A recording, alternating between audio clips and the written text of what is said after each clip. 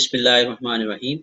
Here is the numerical illustration of cost of production report when units are gained in a production process. When units are added or gained during a process, this will decrease the cost per unit of both completed units and in-process units. When we add units in the second stage or a second department, when we add materials, and this results into addition of units in production process, and the addition of the units or gained units will result into decrease in per unit cost of the completed units and in process units, because the previous department cost now has been allocated on more units as compared to the start of the process or from the previous department. Here we have the illustration, that is we have beginning work in process inventory, that is 1500 units. We have received from department A, that is 12,000 units. Units increased due to increase in material, that is 2500 units. Transferred to finished goods are that are 13,000 units, and ending finished inventory is 3000 units. The cost information related to those units are work in process beginning inventory, that is 6300 from department A. Work in process material A is 4250, material B is 0, and direct labor cost is 2360, and factory overhead cost is 2750, and cost from department A in this period we have received 12,000 units, and the cost of those 12,000 units are 4.25 per unit. We don't have total cost. We can calculate that by multiplying these two figures, 12,000 and 4.25.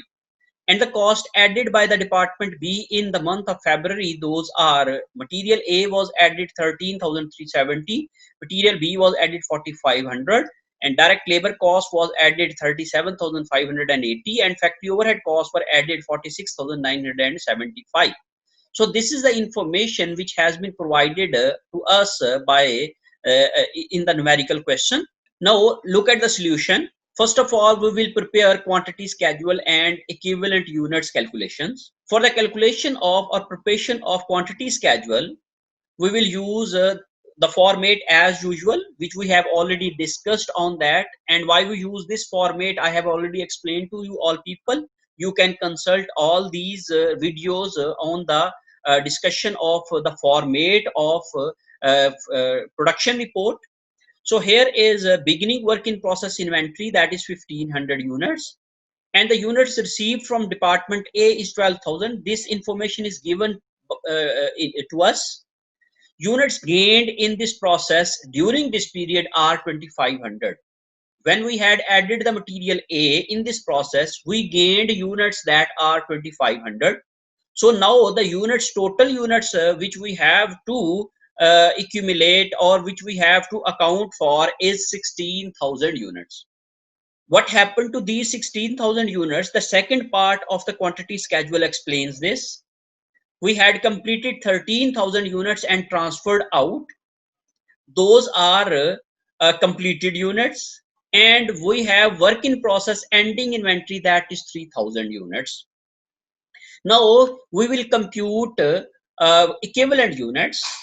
For the calculation of equivalent unit, we will have equivalent units for each cost component which we have been given in our question, that is department A, material B, direct labor, and factory overhead. Because stages of completion of every cost element is different, that's why we compute equivalent units for every cost element.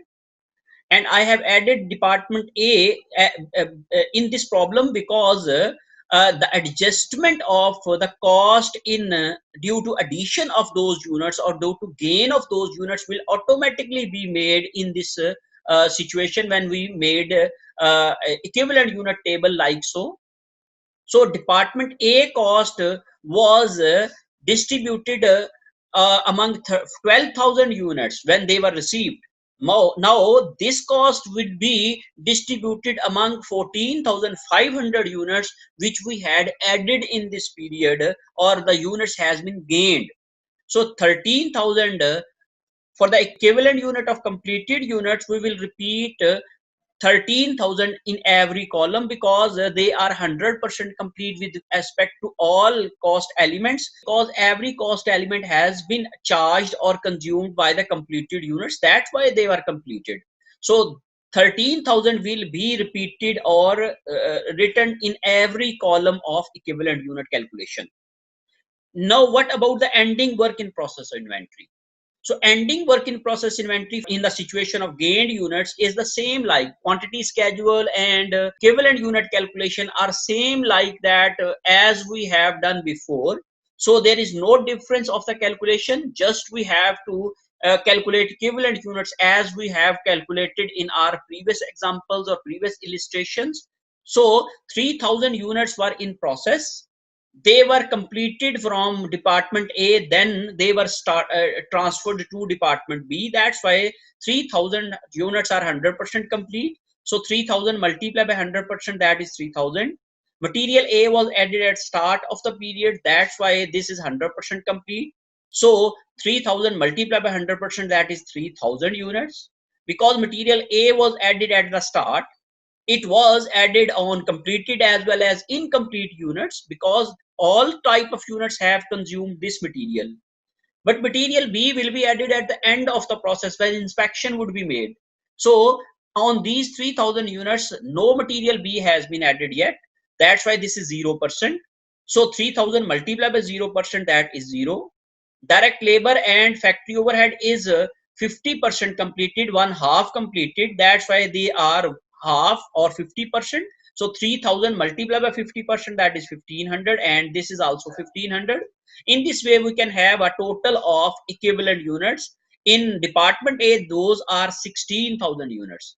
We received from department A only 12,000 units. Now the equivalent unit of department A is 16,000 units, and the increase of 4,000 units is due to gained units. So the automatic adjustment of gained units will be over here when we do this in this way, and we calculate the equivalent unit of department A as well. This will help us out in adjustment of you must say increased unit cost automatically in our unit cost. That's why I prefer this format to the students, because the adjustment would not be made separately. We will adjust the gained unit adjustment automatically in this format. So here we have a total of equivalent units of every cost element. With respect to department A, this is 16,000. With respect to material A, this is also 16,000. With respect to material B, this is 13,000. With respect to labor, this is 14,500, and with respect to FOH, this is 14,500. On the second step, we prepare cost accumulation and unit cost summary. For the preparation of cost accumulation and unit cost summary, we have been given the information, because we are using a weighted average method of treating the opening inventory. That's why we have been given the cost information of opening inventory cost element wise. We have been given the breakup of the cost. If we don't have breakup of the cost of work in process opening inventory, we would not be able to apply weighted average method. For the weighted average method, we need the breakup of the cost of work in process beginning inventory. So the cost of beginning inventory was given in our question, and we will take all those costs over here and have copied the cost over here. The second one is cost added during this period. So in this period, we have received 51,000 from the previous department, and we added 13,370 of material A. We added 4,500 of material B. We added 37,580 of direct labor, and we added 46,975 of FOH. This information has also been given in our question. So from our question, we will copy that information over here. As per weighted average method, we add both of the costs and get the total of the cost of department A, material, material B, direct labor, and factory overhead. And secondly, we have equivalent units calculated in above table. we will use these figures for the calculation of cost per unit of equivalent unit. So cost per equivalent unit is 57,300 divided by 16,000. Keep in mind, we will calculate per equivalent unit cost for each cost element separately.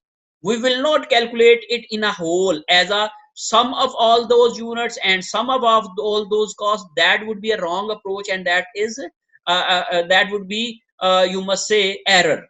So we have to calculate individual cost elements per unit calculations. So we have 57,300 divided by 16,000, that is 3.5813. 17,620 divided by 16,000, that is 1.1013. So keep in mind that you need to have the figure till 4 decimal places, because it will avoid the decimal discrepancy in the totals. So you need to have the figures up to 4 decimal places at least, and this in this way decimal, due to decimal discrepancy, or there is a chance of $1 or $2 in the total amounts difference in this total cost and the cost reconciliation. You can avoid that difference by taking maximum decimal points. Here we have the cost of equivalent units, or cost per equivalent unit for each cost element. When we add up all these costs, we will have 11.2124. This is the total cost of completed unit. So in this way, we can have the unit cost by preparing accumulation and unit cost summary report. And this cost is necessary for the calculation of cost charged to next department, or cost transferred out of the department.